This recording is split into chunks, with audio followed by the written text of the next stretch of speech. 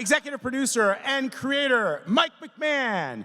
And also, our lower deckers. He voices Rutherford. Let's bring out Eugene Cordero.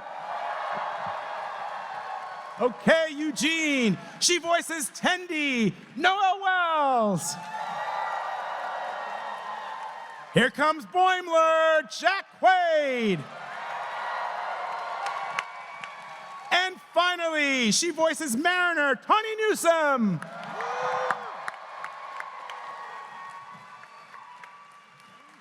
Okay, while these guys take the seat, Mike, let me start with you.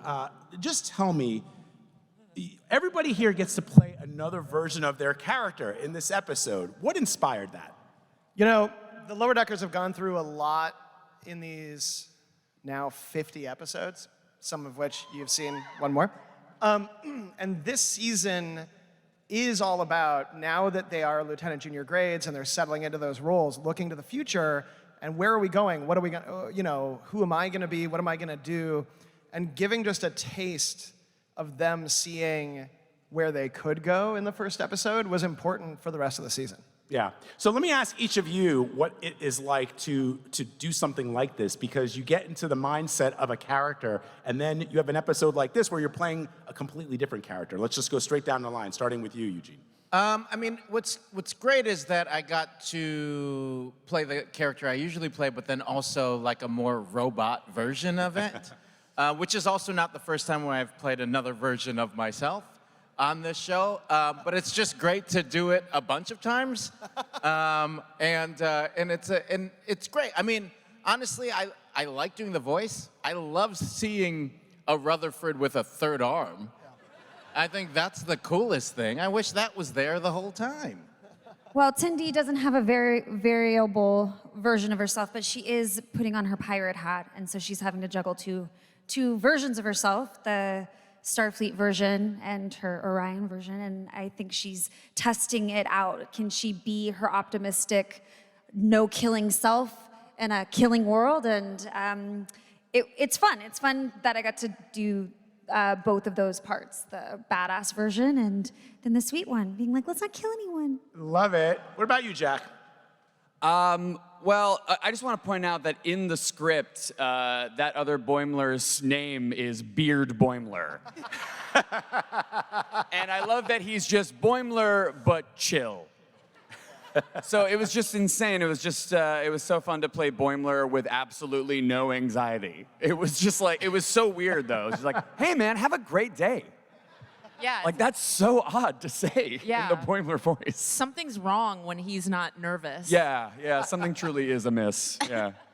And I play Becky Freeman. Apologies to any Beckys out there, but like, that's not a name for a black woman. It's just not. It's not, and I believe that to my core. So it was weird and great. Becky is so uncool. I call it my "How do you do, fellow kids" voice, where she's just like, "Hello, friendamundo." I loved giving her just like the sweaty feeling of like your most cringe aunt.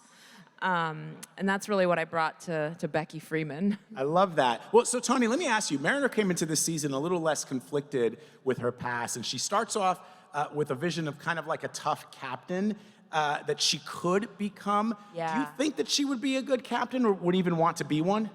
I don't think Mike wants her to be a captain, and I want whatever Mike wants. All right, hold on. No, 'Cause that's our Mike answer makes to the everything. show. Yeah, Mike we makes want. the show. He is canon incarnate. Yeah. So, Mike, do you want her to be captain? Guys, this is our final season of Lower Decks. Well, hold on. I know. Hold on. Don't But get you- mad at us. Yeah, Don't be mad at us. but I'm just saying, What if we started you booing can back? kind of say whatever you want now. I'm not going to be able to say, don't say that anymore. Okay. Do you think that, I mean, I think Mariner could be a good captain, not the Mariner we saw in that first episode, but I think, It seems like too much paperwork. Like, I think you have to file reports and stuff when you're a captain. Like, what about like of a Defiant? of the Defiant? Like a littler kind of like more yeah. frisky ship. I feel like, isn't Worf still busy with that? Well, we're playing imagination. I don't know when we're setting this hypothesis. What star date is it, Mike? Guys, tell me the star date that I'll tell you where she is. If you can't work this out, we have to go to every single member of the audience and ask them individually.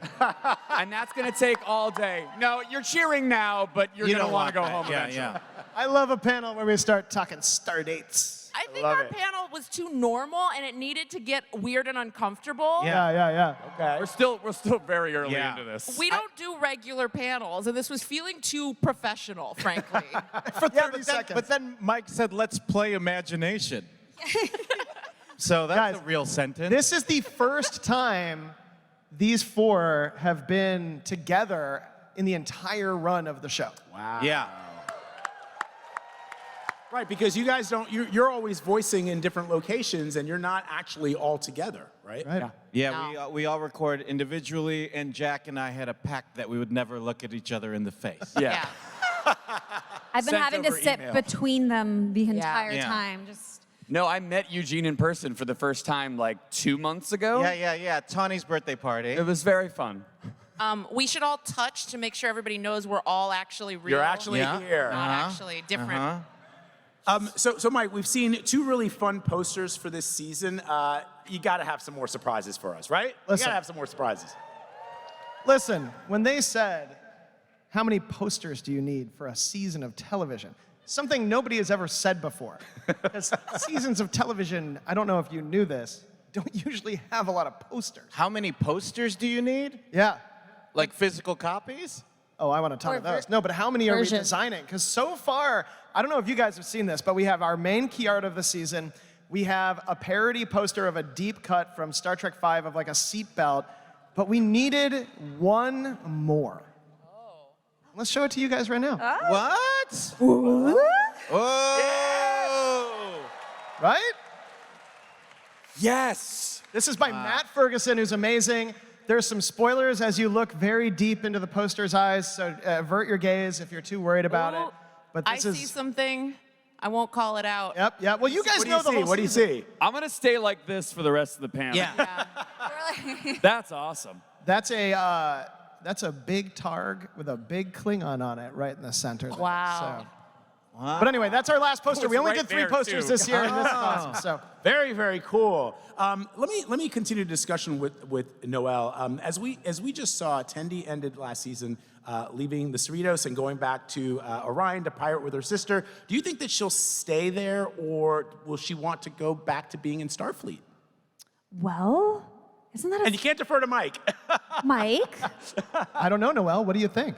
Well, what do I think? I mean, it's not as if we've. You can say what happens. Oh, I can? We're going to air 2 episodes next week, so these guys can know 1 week in advance. Oh, okay, cool. Well, yeah, she'll eventually make her way back. But Woohoo! Woo! Okay. I mean, would we have expected anything less? That would have been so sad if she wasn't back at Starfleet yeah. by the end of the. But she does her work on Orion, and I think she takes some lessons from coming back to her home planet. I think integrating part of herself that she's rejected, and realizing that her past is not something she has to run away from anymore. She has to deal with the blue Orions before she gets back. Very important to deal with those guys. Why do they say it weird? I don't know. The original animated series did it different. You know, like they had blue Orions, they had those green outfits. So we just try to honor Star Trek's legacy. You know. I like that. And Eugene, we know that Rutherford is best friends with Tendi. How is he handling the fact that she's her being gone from Cerritos? I mean, you saw the episode. He's doing fine. Living his best life. You know, he's just working all the time, just doing what he loves. No, he's a mess. And it's hard for him. You know, he loves the work, but he also loves the friendships that are on the ship. So I think that connection is so deep that this is a tough thing for him. But, you know, he bounces back a little bit. He's going to at least sound like he's happy. Yeah, I like that. And Jack, I mean, Boimler meeting bearded Boimler, what kind of impact will that have throughout the rest of the season? Well, I mean, you saw what our Boimler did. He stole that pad, and yeah, he's going to. I can say this, right? He becomes a bit of a Marty McFly with with the sports almanac with that pad. Yeah, he starts. You know, he has kind of a cheat sheet of like how to get to being acting captain again, and he's following it to the letter, and he's copying what Beard Boimler does and has done throughout his entire life. And something changes. Can I please say this? No, don't tell him. Oh no. Okay. Jack, you've been dying to spoil I've been this dying for to 2 spoil days. this. Jack finally gets a good Don't spoiler. tempt me. You finally have a good spoiler, and we won't let you do it. So something happens Oh man. throughout the course of the season. That's one of my favorite running visual gags when it comes to Boimler that I've ever seen. The animators killed it, and that's all I'll say, Mike. What a great And you cover. owe me. What a great cover of not spoiling something. Yeah. Over the course of a season, things happen. Yeah, Boimler with that pad, it's really funny because he's just cribbing lightly. Like if you had the diary of the best version of yourself, it would be really tempting to crib from it. And I'll give a slight spoiler since I'm Okay. saying no to spoilers. At some point in the season, Rutherford starts cribbing from it too, and it's weirdly successful for him. So look forward to that. It's a good pad. Yeah, it's a good pad. It's a good pad. It's a I'm not good, gonna lie to you solid guys. It's a pad. good pad. I like that. All right, so Mike, we're not giving spoilers, but you guys, you know, right, that you're the first audience, first group of people to see this epic final season premiere, but everyone has to wait until next week. But, Mike, what else you got going? What else can we share? Wait, I don't remember what we're sharing now. Oh! Are we showing clips? Are we What's putting the clips up? scripted thing we're doing? Yeah. What's the Peek scripted of the thing premiere we have? episode, which is now available on Star Trek. So for you guys, you got the whole episode. That's right. But for everybody who's on streaming, who's watching this, who didn't get to see what we showed, we are putting a little piece of the episode That's what I'm talking on StarTrek.com. Sorry, I was like, wait, we're showing them more? We showed them a whole episode. Vlad's the one going panicked. off script. No, for the folks that are not actually physically here at Comic-Con, but who are streaming it, they get to see this YouTube clip of the episode that you just saw. So that's pretty cool. Yeah, that's cool. They're All right. piecing together what the hell we're talking about now. They're like streaming it at home, being like, we're going to get a clip. They're explaining the episode. It feels good. It feels good to show it like that. All right, so we're going to take some questions from you guys now. We got a couple of minutes, so there's some folks that should be coming around. There are microphones. I see an Andorian. I see some Hell yeah. Cerritos officers up here. I see Dr. Tana. Oh, there's Good. Tendi. And Where's the Tindy? Oh, heck Can yeah, I and just say Ryan. I love to it. everyone who cosplayed, thank you so much. Like, Yeah. you have no idea what it's like to be, like, when we first started the show, we never in our wildest dreams thought you guys would embrace it the way that you have. So thank you from the Yeah. bottom Because of our you were hearts. saying that online to us before you saw it. Now we like that you like it. It's very nice. Yeah. It's nice to see my son Badgie out there too. Yeah. Terrifying. Terrifying. We have supervising director, lead artist Barry Kelly is in the audience tonight. He's seeing a lot of these costumes. He's had to draw a lot of those white lines, so you know it's very. All right, so we're gonna take some questions. We're gonna start here on the left side, and then we're gonna go right, and then we're gonna go left. We're gonna go right. So, yes, sir. What up? What happens to Captain Freeman? Oh, damn. You went right for it. Wow. He's like, enough with you guys talking. Yeah. Tell me what I need to know. Like, stop playing with my heart. That's a good What question. happened? That's a good question. The Captain Freeman from the bad dimension ended up at Starbase 80. Not a good place to end up, but our Captain Freeman is still on the Cerritos this season, so do not worry. Yay. Thank you. Yes, Thank ma'am. you. Over Sorry here. to scare you.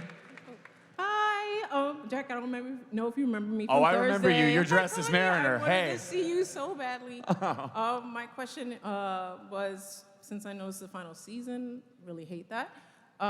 What is it that you would have, this to everyone, what would you have liked to seen? What development would you have liked to seen with your character happen if you had more seasons?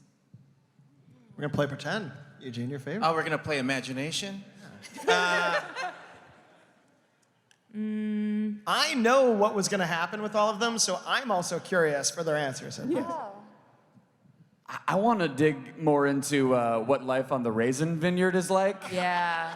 I want to know what Boimler's family is like, and if they all have purple hair, or if that was just like Boimler's choice. Yeah. I guess if his beard is purple, then, you know, That's something. But yeah, I wanted to kind of get more into his family. I kept pitching, I do want to see Boimler's parents. I kept pitching to Mike since like season 1 that Mariner should have a stressful sister that we just don't know about who just shows up in like the 5th or 6th season. And we're like, you had a sister this whole time? And she's even more chaotic than Mariner. Mike said that was a bad idea. But that's what I would have liked. When in Star Trek have we ever met a new sibling? It could never happen. I feel like, Tindy's on a fast track to leadership, but what if she gets into a toxic relationship with a man who doesn't, who doesn't believe in her, and then she becomes a trad wife? And Wow. Whoa. Tendy. Wow. Tendy, don't tell people stuff. Wow. I mean, Noelle. That's a deep cut. Learning new terms today. Yeah, right? I'm just saying, I think she'd be a great domestic. Guys, But like, Noelle like a called trad me wife. and said, I am wearing a green dress in honor of Tendy for I this." am. I was just like, it's so cool. I think I'm sorry, I just have to point out, I have to get this joke out. I'm sorry. Does a trad wife in the 24th century, instead of using the replicator, just cook regular? Yes, she does it all. Wow. She does it all from scratch. She goes to the farmer's She does market. stuff from Enterprise. Yeah, you yeah, know? so- Yeah. I think there's still some deleted scenes in Rutherford's cybernetic head space, so I think we'll find out what's happening there. I also am ready to see more babies that he makes. Because so far he's like a father to all these badgies, Yep. and he's got a cave baby, so it's like, what else, man? Yeah. This guy's hooking up. Oh yeah, your cave baby. Yeah, he's got you have a cave cave baby. I would like to see Rutherford get a vasectomy, frankly. No, man. I want Rutherford to have more kids. They do that in the comics. Rutherford gets a vasectomy. Oh, yeah. I remember. Yeah. Is there a child next that wants to talk? I love when you guys all get together. This is incredible. All right, over to the left now. I am the child who wants to talk. Hell yeah. Hello. So, my question, 8 words. How do we get a Lower Decks movie? Ooh. And this is all about Rutherford's vasectomy, right? Yeah. Cool. This is just a movie about me having a bunch of babies?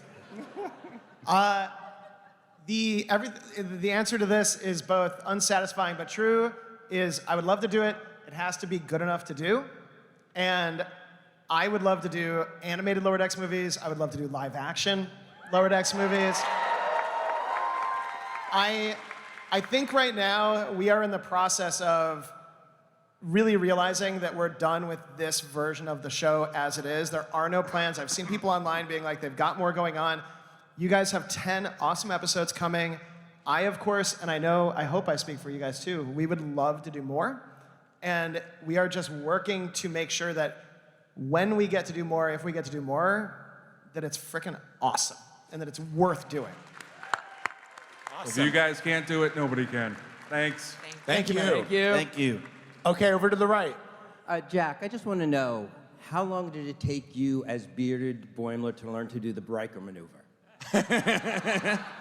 How long did it take me as Beard Boimler to do the Riker maneuver? To learn how to do it. Oh man, he probably would just came out doing the Riker maneuver. Seriously, I mean, it's funny. We didn't really see him doing it in that episode, but while we were recording, I was swinging my leg over all kinds of chairs. He wouldn't stop. It really gets you in the voice. It really does.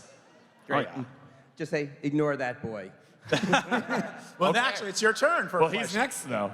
So, Jack, I don't think you remember me. We met singing in musical theater. Oh my God! Hi. My question for all of Wait, you. how do we know each other? Ask Jack where you can sing musical theater while having alcohol. I can sing musical theater. Oh wait, you were at what's that place? Marie's Crisis. Yeah, I went there once. It was so fun. Hey man, good to see you. My question for all of you, we've seen this alternate universe. What do you think your mirror universe counterparts are doing? You mean the dark of ones, us. the nasty ones? Yeah. Probably still at Marie's Crisis, belting out some Sondheim. They're probably bummed that they don't get to actively torture people because they're Lower Decks in the mirror universe. Yeah. Like they're mainly just wearing crop tops, and that's like the whole vibe. I love it. All right, right to the Thank right, you. and we'll probably do 2 more. Hi, my question is for Jack. Do you think Boimler's favorite fruit might be tangerines? Oh, yeah. Okay. So this is a reference to Do you a like the- show in Brooklyn I did last night where I ate a tangerine with the skin still on it. Yeah. And this is not to answer your question, but my digestion is bad right now, yes. All right. I'll just offer you an... How many more Jack questions about stuff he ate do we have in line here? Jack, do you like that the fans are just like geolocating your whereabouts? Yeah. I love it. Hello, Jack. It's me again. Perhaps you remember this face. I remember you, Mark. I love you. They're gonna start just throwing fruit at you to eat. Yeah. Oh, that's the next stage. Wait, let's go quick. Let's go quick. We Let's only go have a over couple here. more minutes, right? For No, we only have like one more minute. Oh, no. Yeah. lightning round. So my question is for when you guys are recording. You alluded to earlier that you're not with each other. So are you able to riff off of each other? What's it like when you're recording?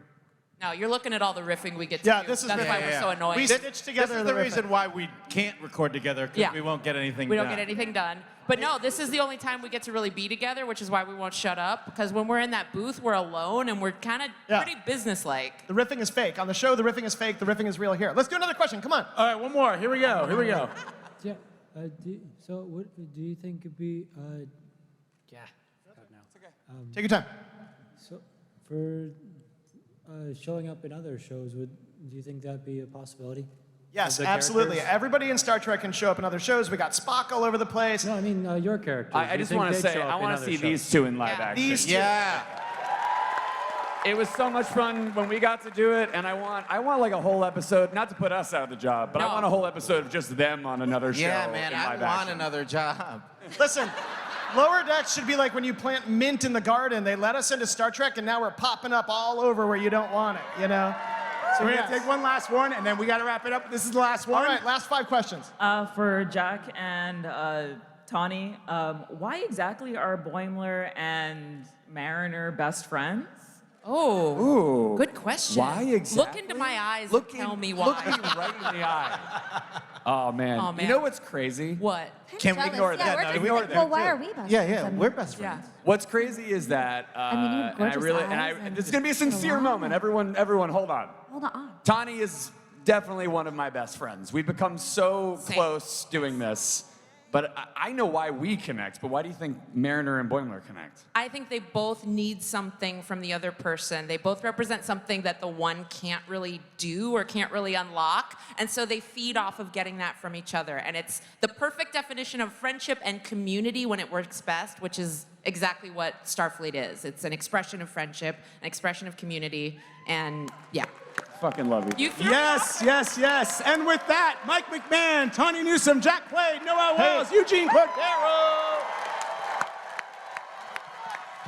The 5th and final season premieres with 2 episodes Thursday, October 24th on Paramount+.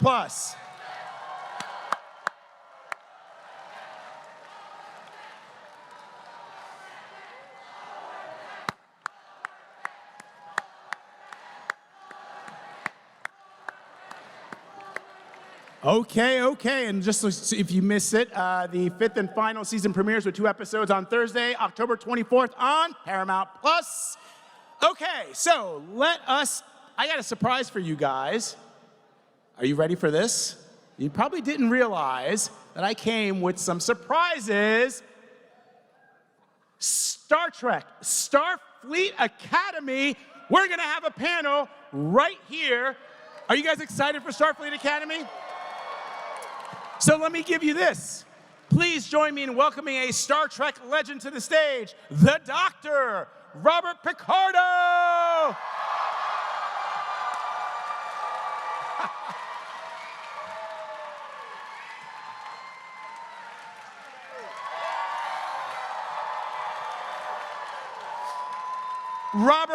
Robert, you are a Star Trek legend. So fans found out about your Starfleet Academy at San Diego Comic-Con, that you were going to be cast. Did you ever think that you would be reprising your role as the Doctor in a brand new series? Please state the nature of the sentimental emergency. No, of course, I was delighted. It is now, I think, 600 years ahead of Voyager, so I'm now about 900 years old, give or take. And it's great. I don't look bad for 900. I hear, Robert, that we may have some friends of yours that would like to say hi. You're kidding. I heard, no, wait a minute. I heard that's possible, but how is it even possible? Technology. Are we on? Whoa! This is live. This is happening right now. Everyone, look. We have Alex Kurtzman, who is at the helm of the Star Trek universe and also the co-showrunner live from Starfleet Academy. This is the Starfleet Academy set in Toronto. So, Alex, let me take this moment and ask you to introduce us to the cadets. Okay, well, here's the thing. The first part is that we can only hear you, but we can't hear the audience. So what we've got was, who wants to see Starfleet Academy? And dead silent. that's what we got. So hopefully that's not true. All right, so actually, everybody, you should go around and introduce yourselves. These are our amazing, amazing cadets. Great. Hey, y'all, my name is Karim Diane. Hello, I'm George Hawkins. Hi, my name is Carice Brooks. Hi, I'm Sandra Rasta. Hey, I'm Bella Shepherd. Hi, I'm Zoe Steiner. Yeah, okay. I know all these people. I am working with all these people. These people are great. So Alex, let me ask you, outside of this amazing cast that you have on set with you right now, plus the incomparable Holly Hunter and Paul Giamatti, right, who are returning as favorites, just like Robert here, along with Tig Notaro. Okay. Alex, do you have anyone else joining the series? We do. We do, in fact, have. So I've had like the incredible privilege of being able to direct her, and I can tell you that she is such a genius. We have Tatiana Maslany coming on board, and she is just incredible. She has been just an amazing addition to the cast. Amazing. And wait, there's more. Alex, I think you have another surprise for us as well. Yes, so we just got some good news. We just wrapped at 5 a.m. this morning, so we're a little bit bleary, but the studio and Paramount Plus they're very happy with the way we're going, so they gave us a season 2. Hey! So season 2 is officially happening. We're going right from 1 into 2. Congratulations. Who's excited for that? Wait, what? Very, very cool. Alex, thank you so very much to the cast. Thank you, guys. I know you've had a long day. We appreciate it. Yes? Yes. Robert, my friend, thank you very much. You're always amazing. Give it up for the doctor. I'll see you guys at 6 a.m. on Monday. Thank you. Absolutely. Thank you, Robert Picardo. Okay, so such an epic surprise. I can't wait for that series, but I know, I keep saying this, but I got another surprise, folks. I got another surprise for you. You ready? Come on, let me make some noise. Please welcome from Star Trek Strange New Worlds, co-showrunners and executive producers, Akiva Goldsman and Henry Alonzo Myers. We are also joined by the incomparable Carol Kane, who plays Halia, and Mr. Spock himself, Ethan Peck.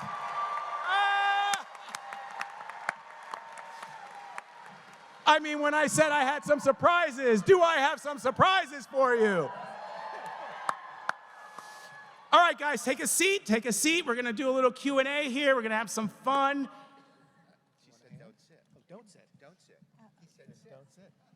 We're being told not to sit. You don't want to sit. You can't sit. Want to sit. Want to sit. You guys are all superstars. You can do whatever you want. We're sitting. Watch this. So let's just... Ethan, let me just begin with you. Welcome back to New York Comic Con. Thank you. Very happy to be here. Thank you very much. Let's just remind everyone, this last season, the end of last season, is everything that we all love. Those of us who are fans of the Star Trek universe love about Star Trek. There's action, the fate of the crew resting on the captain, the Gorn. So what was it like? I've always wondered this about actors. What's it like to film that cliffhanger and then wait a couple of months and then get back into that mindset where you're picking up as if it's only been a couple of minutes? What is that like? Concerning. It had been a long time between those two seasons, the productions. Over a year, right? A year and a half. So yeah, we all showed up and we were a little concerned and hoped that we could still act and play these characters. And I remember putting my boots on, my Starfleet boots, and I was like, I feel like I was here yesterday. So that, it kind of all worked out. It's like a strange muscle memory. I love that. I love it. Carol, let me ask you, one of the things that was really interesting about this being your first New York Comic Con. This is your first, right? First time you've been to New York Comic Con? Yes, my first New York Comic Con. It's exciting. Thank you. Thanks for having me. So were you a fan of Star Trek before you joined the universe? Say that Were you a fan of Star Trek? You know, I'm gonna be honest. I told the boys when they called me, first of all, when they called me, I thought, they think I'm Carole King and that I wrote the Tapestry album and they're gonna be in for a shock. But then when it became clear that they didn't think I was Carole King, I had to confess to them that I had not really watched Star Trek. And they said that was probably a good thing in terms of my character. And now, of course, I'm totally immersed and in love. But initially, I didn't know the world. So it's a great new discovery for me. That's amazing. What can we expect from... I have a question for you. You have a question for How me? can you be here when you have that little tiny baby at home and you get up every morning? I love the fact that Carol Kane knows that I have like a 21-month-old baby. I sure do. I'm following you, Vlad. Oh, thank you. She's amazing. I put her to sleep and I came running over here. And my wife is at home with the baby, just in case. I didn't just like leave her there on her own. But I do have the baby monitor right here so I can make sure nothing's going on. What can we expect from your character in this season 3? Moi? Yes, we. Quoi? Okay, there's something to do with ancient telephones, ancient Atari, Andy Warhol, and my quarters, which are very interesting, that you're going to spend some time in with me. Yeah. Okay. Ethan, let me just go back to you.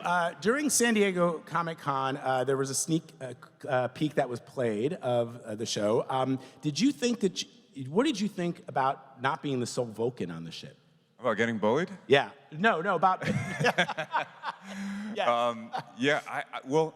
I didn't really know what to expect. I didn't really have any expectations, but to suddenly see my cast members looking more Vulcan, I felt a weird familial... Like this weird thing occurred where I just felt like I belonged more, but then they made sure that I didn't feel that way for very long, as you'll see in the episode. But it was really wonderful, and it was great to see everyone, looking like me for once. I love it.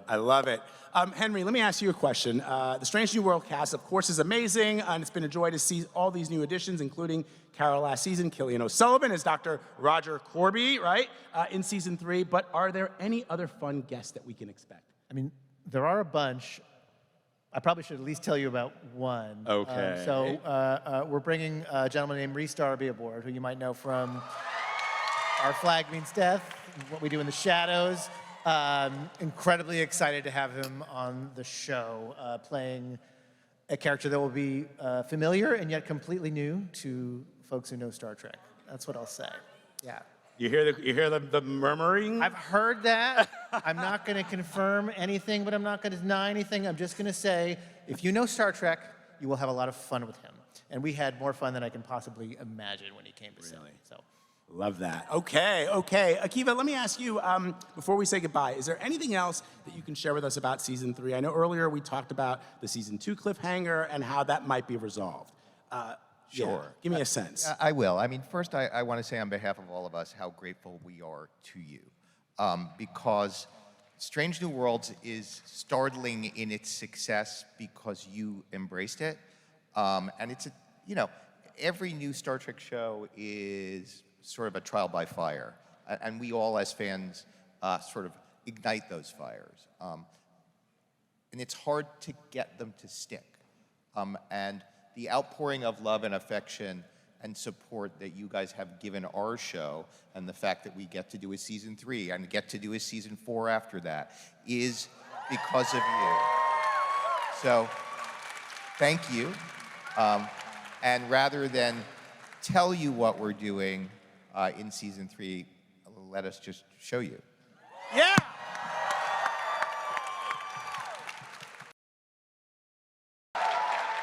So before we wrap this up, let me just take this opportunity to ask all of you, because one of the things that everybody loves about this series and this show in particular is that you take us to places that we have never gone before. So I'm going to ask each of you to describe season 3 in just 3 words. I'm going to begin with you, Akiva.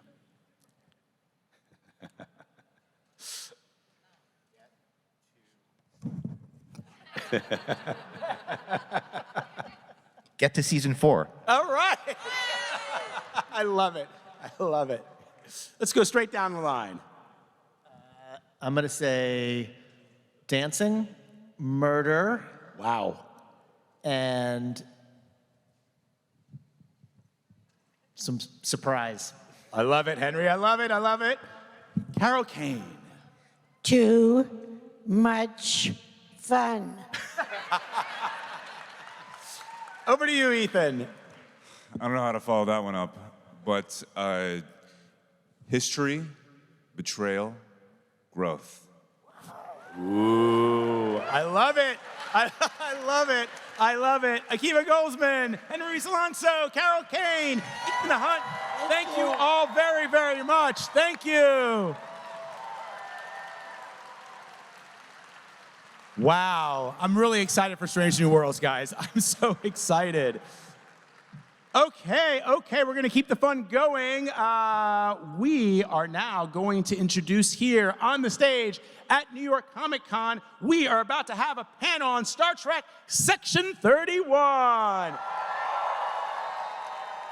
Let's bring out the executive producer and director of the show, Olatunde Oshinsami. What's up, my boy?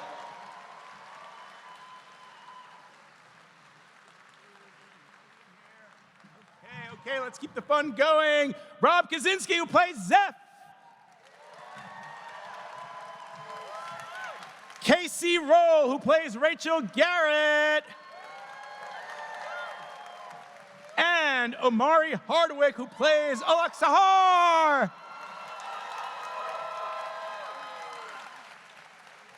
Amazing, amazing, amazing. Good to see all of you. Good to see you. We are going to have a lot of fun today with this this incredible cast. Who here is a Section 30? What's going on? What is happening? What is happening?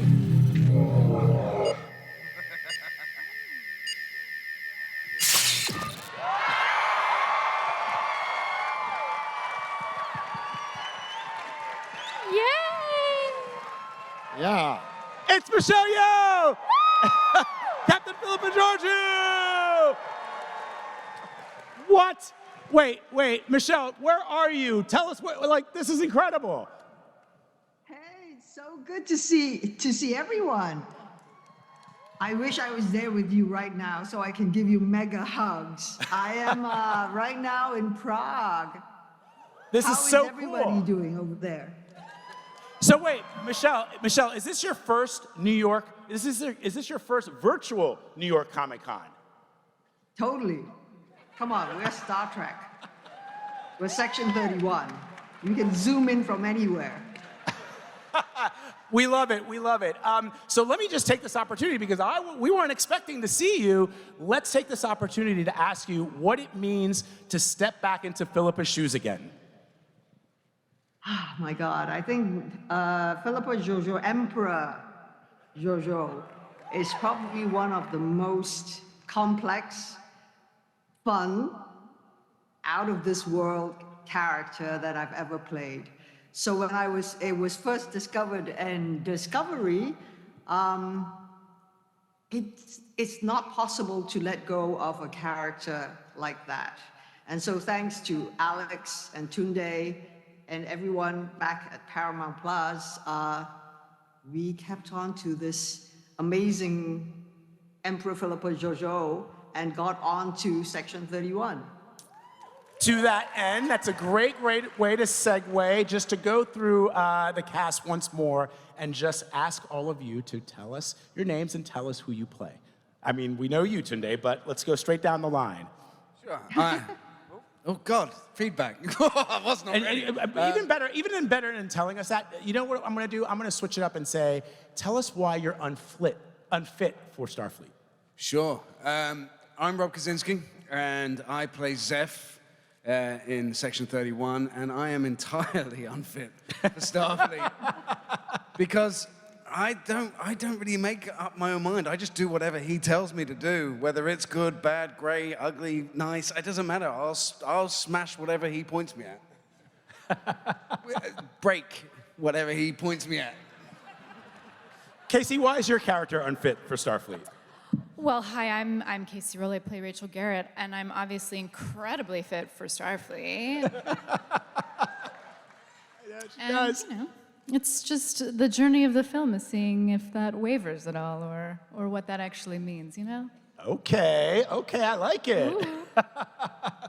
Omari. Hey guys, first and foremost, thank you all for having us. We appreciate you guys. Thank you all. I am unfit because I have a lot of mental issues. And I know, it begs the question, I'm sure you as an audience are going, Omari and/or Alak. I play Alak Sahar, and he's got some bones to pick. He's got some desires to make our incredible, legendary Michelle Yeoh's character, Giorgio, pay the price for some things she's done. And so I devised a plan to recruit a motley crew of bandits who shake some shit up. Okay. So, in doing that, yeah, I fit enough, but I equally don't fit, and there is Section 31. All right, okay, I'm digging it. So Tunde, the Section 31 teaser trailer was amazing, and everybody is awaiting for the cast to grace our screens when we stream the movie, right, next year. Do you have anything to share with us on that front? Yes, I do. Okay. So we are releasing Section 31, the movie, on January 24th on Paramount Plus. On Paramount Plus. Okay. Paramount Plus. Okay. I think we have some artwork too. Do we have some artwork that we're going to show? There it is. There it is. Yeah. Yeah, baby. Very, very cool. Michelle bringing the ruckus, I see. Yes, Michelle is still with us. I think she is. Let me take this opportunity, Rob, to ask you. I hear that you're a huge Star Trek fan. Yes. You were a Star Trek fan before anybody approached you to be a part of it.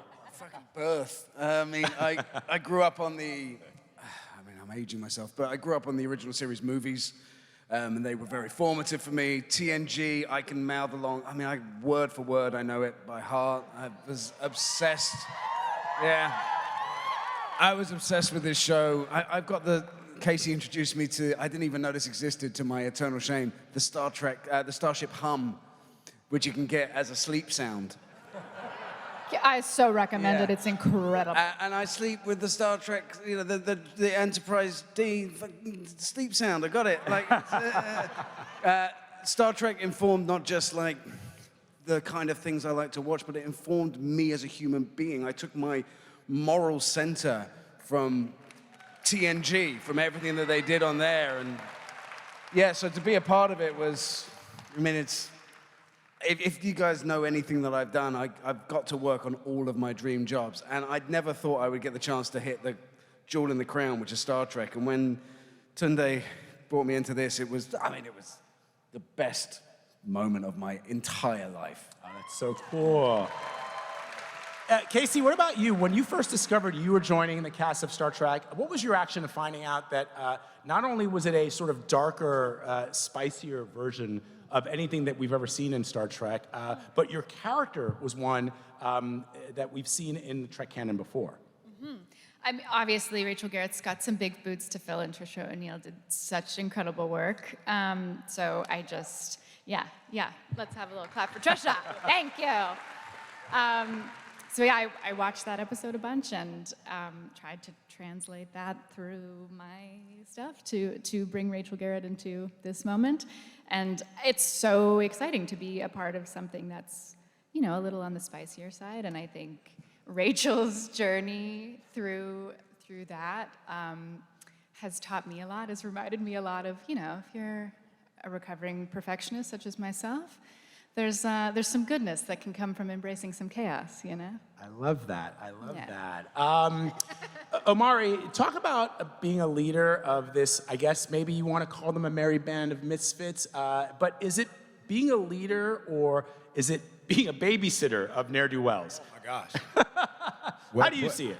Yeah, well put. Well, first of all, I was being babysat every day by Tunde. And Alex Kurtzman, obviously, equally at the helm. And so, yeah, I would definitely think that the babysittage, if you will, started pre-production in terms of us just hanging out, getting to know each other as cast, having dinners, laughing a lot. Equally on set with Michelle Yeoh, a lot of freaking laughter, because there's enough mayhem and enough chaos that we were able to do a lot because we figured each other out a bit before we started, before day one. So shout outs to the crew, shout outs to stunt coordinators, Gersha, who was at the helm in terms of our style and all the things that you see me looking like as a lock. I would say that I was half babysitter, and I would say that I was equally, why are they leaving me? I was just starting to babysit you. I would say I was half babysitter and half commanding officer, and it was fun. It was fun playing both. And oftentimes they were babysitting me equally, so I got to give shout outs to my cast.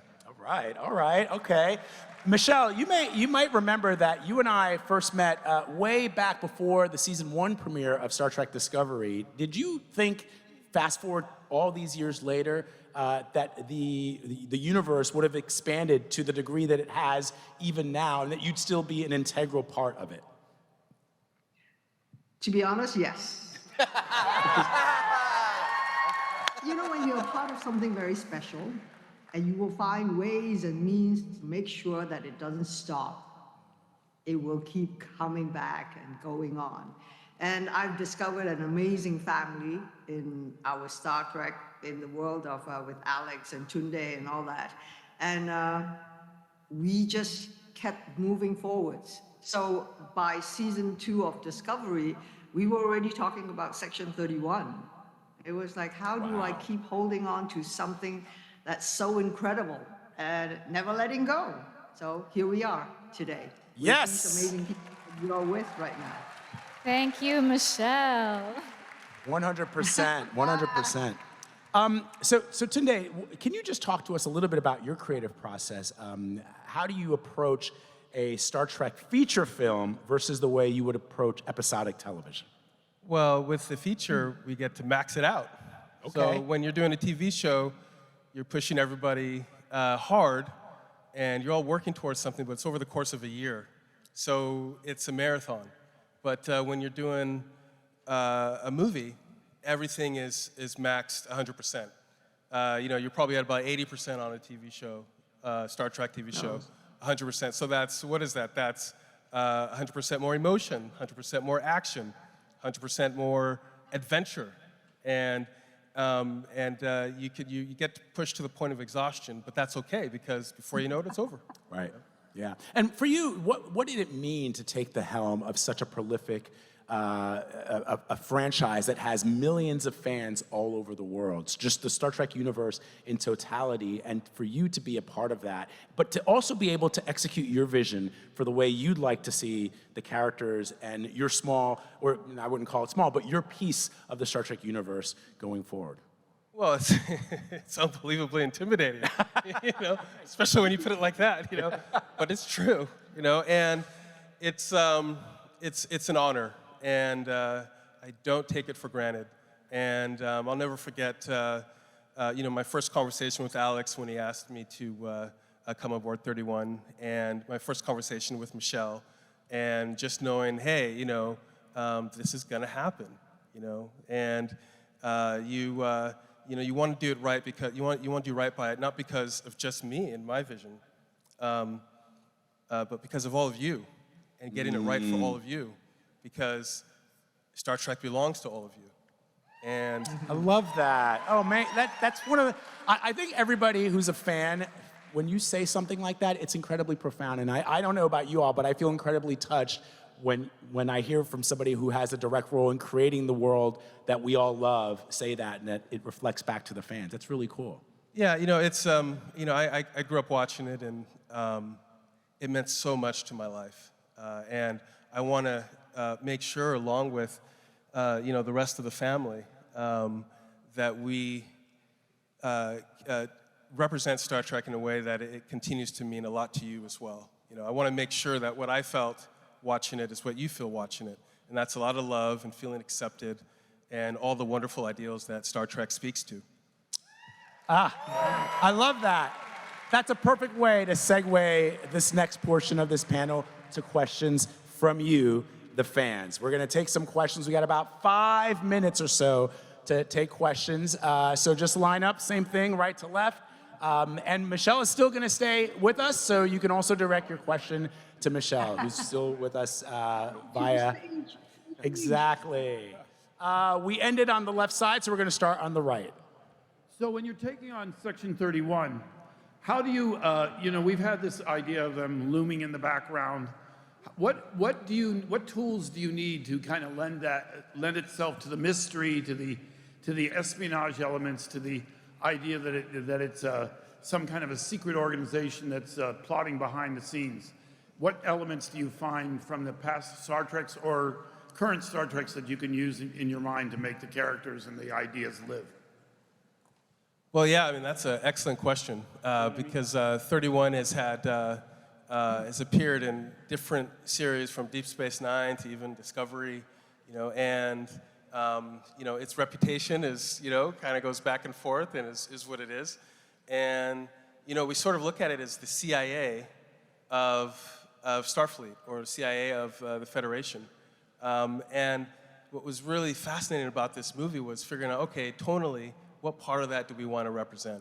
Because we do want to make sure that we pay respects to what's been done in the past, but we're also been tasked with moving everything forward as well. So what you'll have in Section 31 is a movie that does delve into the heart of Section 31 and the wonderful characters and the unbelievable cast that we have playing these characters. But it's also a lot of fun, and it's wild, and takes us on an adventure. And it's full of action. And so I think there's something wonderful here for you. Did you require the rest of the cast to look back into the earlier episodes and earlier use of Section 31? Yeah, we delved a little bit, but it was also about finding characters that were also unique and new and fresh and a different color of the rainbow. Thank you, Sarah. Thank yes, you. ma'am. Hi, really quick question to Rob. Looking at your t-shirt, who did you kill in Mass Effect 1, Kaden or Ashley? Do you know, I must have done 100 different playthroughs. Kaden has never survived. Amazing, thank you. Yes. Hi there. So this is the first Trek film that we're seeing in quite some time, and I was wondering, from the perspective of writing as well as acting, how that experience is different than filming episodes that we would see on television. Well, I would say, I've been very fortunate to be part of a bunch of different Treks on the TV side, the P+ side. Craig Sweeney wrote an unbelievable movie that we all got to bring to life.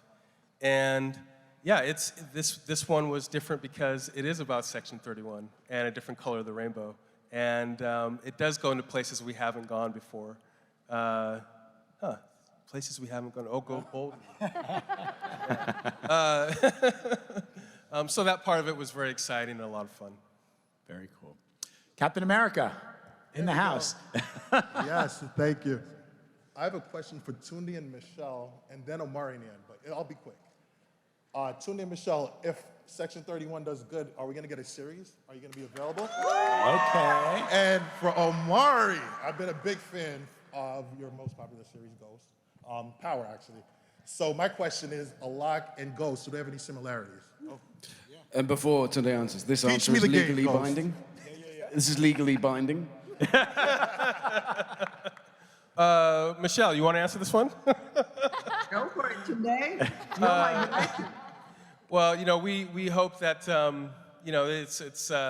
we're excited to show this to you on P+, and we hope you guys all love it. And the more you love it, the possibilities are endless. What could occur after that? Michelle, will you be available for that? You're very popular these days. I'm sorry. Absolutely. I've always been available for Section 31. Okay. Yes, ma'am. And I'll answer really quickly. Oh, sorry, Omari, yes. Oh, no, it's all good. Yeah, go ahead. The fashion sense of Ghost and Alok is the same. Both of them color outside the line. But I would say that the dream of Ghost was to take his franchise to outer space, bro. And Alok is outer space. So Alok is elevated Ghost. Level up, baby. Alok is level up with Ghost. Thank you for asking, brother. I appreciate it. I appreciate you back. So I've been a huge fan of Star Trek since the original series with my mom and then Voyager and all the rest. And I'm wondering, there's some discussion about how the sort of philosophy behind it is developing with multiple series, particularly with Section 31 and kind of a dark look at the Federation and some things that they do behind the scenes. So I'm wondering Roddenberry's vision and the future that we're looking at and how that meshes with this idea of a time-bound or not time-bound CIA-type situation as against what we sort of saw more on the surface in the original series and in Next Generation, where the biggest thing was, forgetting about the prime directive every 2 seconds. Fascinating question, Tunde. I would like to take this one. Everybody can take a piece of that because it's really interesting. I would like to say this one as a fan. When the idea of a Section 31 movie first appeared, I was like, nah, don't. We all hate the idea of Section 31. Nobody wants Section 31 to exist, even when it appeared with Will Sadler. The idea, we were presented with a universe where we had moved beyond the need for Section 31. Right. That was the whole point, that we had finally transcended all the things that are holding us down today and evolved to a point where Section 31 didn't exist. And then Deep Space Nine happened, right? And in the pale moonlight, the Maquis and Cisco says my favorite line in Star Trek. He says, it's easy to be a saint in paradise. Say it slower, Rob. Yeah, it's easy to be a saint in paradise. Now, when you expand the universe into something more realistic, the simple truth of the matter is the Federation can only exist if a Section 31 exists. Yeah, baby. Now, what we can do is we can take it from being a nefarious organization to humanizing it and actually showing the need for it. They're showing on the frontier where the Federation doesn't already exist, there is the need for somebody to roll up their sleeves and live in the gray areas. So the pushback that I always felt and that I always saw for Section 31 even existing, that's what we're actually trying to make here. We're trying to show that the extended Star Trek universe, actually Section 31 is an integral part of it as the Federation in its entirety is. And I think that that idea, what we're doing of expanding the morality and the extended universe of Star Trek, I think that's what you're going to really, really love. Well said, brother. Well said. That's beautiful. And with that, that is a perfect way to wrap up our conversation this afternoon. I want to thank Tunde Olunsami. I want to thank Michelle Yeoh, Mark Kaczynski, Casey Roll, and Omari Hardwick. Thank you very much. The date again, Tunde, the premiere date of the movie? January 24th on P+. January